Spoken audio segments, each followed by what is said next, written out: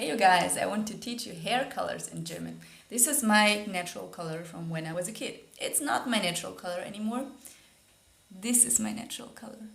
But worst things first, how do you actually call this? Well, this is light blonde or hellblond. This is called aschblond. But we also say Straßenköterblond, which means stray dog blonde in English. It's not a nice thing to say about yourself, but a lot of people do, and a lot of women are insecure about their Straßenköterblond hair.